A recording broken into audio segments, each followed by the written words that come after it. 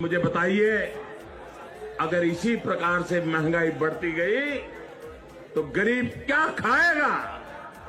और भाइयों बहनों, आज प्रधानमंत्री यहां आए थे, लेकिन प्रधानमंत्री महंगाई का मां बोलने के लिए तैयार नहीं है। महंगाई का मां बोलने के लिए तैयार नहीं है। इनका अहंकार इतना है, महंगाई के लिए एक शब्द बोलने को तैयार नहीं है। मरो तो मरो, आपका नसीब। अरे गरीब के घर में चूल्हा नहीं जलता है, बच्चा रात रात रोता है, माँ आंसू पी के सोती है, और देश के नेताओं को गरीब की परवाह तक नहीं है। रोजगारी को लेकर पूरे देश में हाहाकार मचा था। और आज सत्ता की शीर्ष पर बैठे हुए आज के जो बड़े बड़े नेता हैं, यही उस समय लोगों में जा जाकर भ्रष्टाचार, महंगाई और बेरोजगारी को लेकर तमाम बड़े बड़े दावे किया करते थे और तमाम मुद्दे उठाया करते थे। आज सत्ता के शीर्ष पर बैठे हुए मोदी जी कभी मनमोहन सिंह की गवर्नमेंट में मनमोहन सिंह के खिलाफ कहा करते थे कि महंगाई की मां तक मनमोहन सिंह जी नहीं बोलना पसंद करते।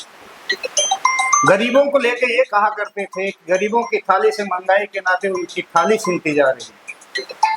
और रही बात मुद्रा की, तो मुद्रा के डॉलर के मुकाबले मुद्रा की वैल्यू जो गिर रही थी, उसको उस देश की साख से जोड़ा जा रहा है। आज इसी मुद्दे पर हम आए हैं बात करने के लिए। हमारे साथ पूर्व डीआईजी जुगल किशोर तिवारी जी। सर नमस्कार। जी नमस्कार। आज जस्ट उसके विपरीत है, गरीबों की थाली गरीबों से दूर होती जा रही है। गैस सिलेंडर जो 445 रुपए में हुआ करता था, आज लगभग 1000 के आसपास है, और बेरोजगारी का आंकड़ा ही बंद हो गया।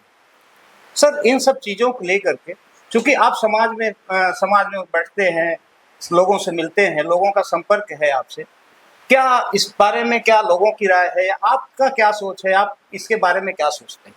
देखिए, ये एक तरह से राजनीतिक व्यवस्था की विफलता मैं कहूँ, या जो हमारा चुनाव आयोग है उसकी निष्क्रियता कहूँ, या जो संविधान है हमारा जिसमें इस तरह की वादा खिलाफी के लिए कोई प्रोविज़न नहीं रखे गए कि ऐसा व्यक्ति भविष्य में चुनाव नहीं लड़ पाएगा, ऐसी पार्टी का रजिस्ट्रेशन रद्द कर दिया जाएगा, ऐसे पार्टी के पदाधिकारी हमेशा के लिए बैन कर दिए जाएंगे, जो चुनाव के समय तो ढेर सारे वादे करें, ढेर सारे सब जवाब दिखाएं निरीह जनता को, और चुनाव के बाद सारे विपरीत कार्य करें।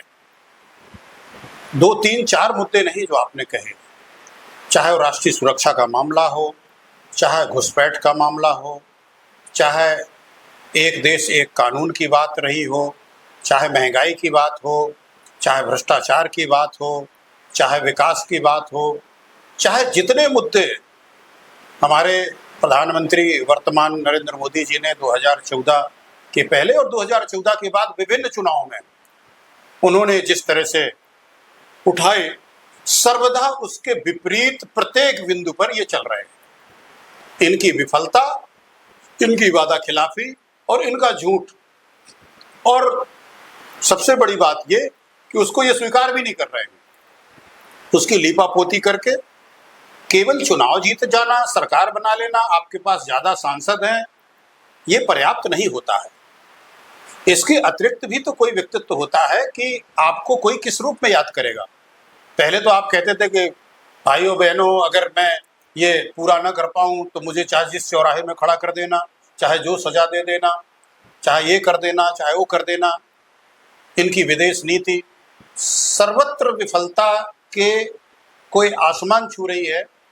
पिछली सरकारों के विरुद्ध हम नहीं कह रहे कि वो कोई बड़ी अच्छी सरकारें थी, लेकिन ये किसको दंडित कर पाए? ये 2G 3G जो घोटाले की बात करते थे, किसको सजा मिली? यहाँ पर कौन सी रिकवरी हुई है? सर कॉमनवेल्थ गेम वाला घोटाला हुआ था, क्या हुआ? सर इस पर एक हम रोकना चाहेंगे आपको। सर अभी आपने कहा 2G घोटाला और कॉमनवेल्थ कोल घोटाला, ढेर सारे। सर इनका खुलासा जो है कैग रिपोर्टों से हुआ करती थी, लेकिन आज पिछले लगभग 7-8 साल से देखा जा रहा है कैग की रिपोर्टें ही नहीं आ रही हैं, आ भी रही हैं तो पब्लिक में प्रकाशित नहीं हो पा रही। बस सबसे बड़ी बात ये रिपोर्ट तो देखिए, ये जो हमारा नियंत्रक है, महालेखा परीक्षक है, वो रिपोर्ट्स तो प्रतिवर्ष देता है, ये तो नियम में है।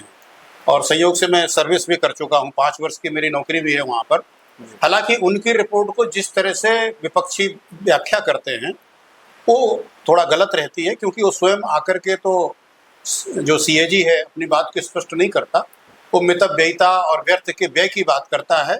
विपक्षी लोग उसको भ्रष्टाचार की बात कर देते हैं और कहीं कहीं भ्रष्टाचार की भी बात होती है।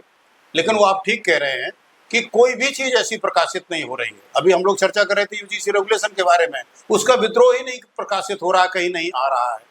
तो सारी चीज इन्होंने उसको बंद कर रखी है, भ्रष्टाचार को लगातार बढ़ावा दिया। जिन लोगों के ऊपर भ्रष्टाचार के आरोप लगाते रहे उसमें से अधिकांश भारतीय जनता पार्टी के माननीय सांसद, विधायक और मंत्री बन चुके हैं। अपने मुकदमे वो स्वयं वापस ले चुके हैं। जिनको वो अपराधी और बेईमान, भ्रष्ट और उनके वीडियो दिखा करके बोलते रहते थे, अभी जो पश्चिम बंगाल का मुख्यमंत्री बने हुए हैं उन्हीं को आप देख लीजिए, शुभेंदु को, जिस ब्रीफ एक्सपोर्ट को लेकर के सरकार को घेरते थे वो और अधिक मात्रा में बढ़ गया और शंकराचार्य जी को अभियान छेड़ना पड़ रहा है सर। गौ माता को लेकर। शुभेंदु अधिकारी जी का नाम लिया है और बीफ एक्सपोर्ट की बात आपने की। शुभेंदु जी अधिकारी जी का कभी सर स्टेटमेंट आया है कि 14 वर्ष से अधिक गायों को काटने के लिए अनुमति देने की बात कहीं न कहीं उनके द्वारा कही जा रही है। तो क्या ये गाय को राष्ट्रमाता घोषित करना जो बीजेपी की अपनी पुरानी नीति थी उसके खिलाफ नहीं है? नहीं, ये पूरी तरह खिलाफ है। और नीति कुछ भी हो, लेकिन नियत कभी नहीं थी ना।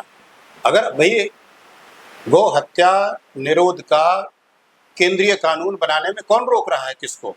और ये क्या मजाक नहीं है कि उत्तर प्रदेश में प्रतिबंध है गौ हत्या पर। वो बात अलग है कि प्रतिबंध के बावजूद बहुत सी चीजें होती हैं, हर कानून के उल्लंघन में बहुत सी बातें होती हैं। बिहार में है, वही केरल में नहीं है। और अभी आपने पश्चिम बंगाल का किया, वहाँ 14 वर्ष के बाद अलाउ है जी। अब आप काट डालिए। तो इस तरह के इनकी इच्छा ही नहीं है।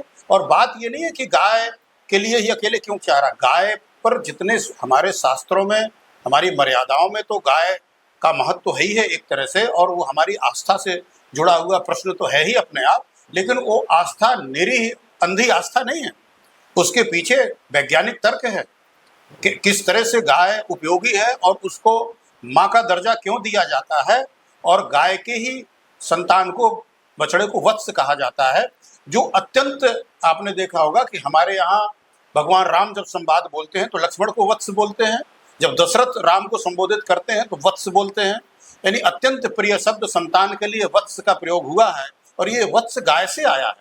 तो गाय में जिस तरह के गुण हैं, एक अवतार ही हमारा भगवान श्री कृष्ण का हुआ जो अपने को गोपाल कहलाते थे, गाय के लिए अवतार हुआ। गाय की जिस तरह से उपयोगिता है, उसका जो पंचगव्य यानी गोबर और मूत्र भी जिस तरह से उपयोगी है, और उपयोगी ही नहीं, हम लोग देवताओं को उससे स्नान करा के उनको पवित्र मानते हैं। गंगा की तरह गौमूत्र को पवित्र माना गया है। और गाय भारतीय संस्कृति, आर्य संस्कृति की धरोहर है। एक प्रसिद्ध श्लोक भी है इस संदर्भ में कि गंगा गीता च गायत्री गावस्त्र लोक मात्र आर्य संस्कृतेर मूलम गकारस चतुष्टयम। ये 4 गकार जो है हमारे, गायत्री, गंगा, गीता और गौ माता। तो जो गाय है वो त्रिलोक जननी कही गई है, अकेले राष्ट्रमाता नहीं है, वो त्रिलोक जननी का उसका दर्जा उसको प्राप्त है। और आज हमारे यहाँ की देसी गाय को ऑस्ट्रेलिया में ले जा करके, अब हमें अगर बिल्कुल शुद्ध हमें गाय चाहिए, जिसको हम लोग जो है उसको कहते हैं वेद से जुड़ी हुई गाय का नाम हम लोग लेते हैं, जो वैदिक सभ्यता में जिसका वर्णन शुद्ध गाय का जो है, वो हमको ऑस्ट्रेलिया से लाना पड़ रहा है। क्योंकि अब तो यहाँ मिक्सचर हो गया, फायदे के लिए, दूध के लिए लोगों ने ऐसे ऐसे प्रयोग किए कि उसके साथ अनाचार जैसी चीजें हो गई हैं। अब शुद्ध गाय का मिलना जो है बड़ा मुश्किल होता चला जा रहा है। और जो अभी शुद्ध गाय है, क्योंकि वो दूध कम देती है, देखिए जो भी कीमती चीज होगी, आपके घर में लोहा ज्यादा होगा, सोना थोड़ा ज्यादा होगा, या किसी के भी घर में, या देश की जो धरोहर है, संपत्ति है, ये लोहा नहीं इकट्ठा किया जा रहा ना, या सोना इकट्ठा किया जा रहा है डॉलर के लिए। इसी प्रकार से जो गाय है हमारी, वो जो जगह हम लोग राष्ट्रमाता का दर्जा देने की बात करें, और हम लोग मानते भी हैं।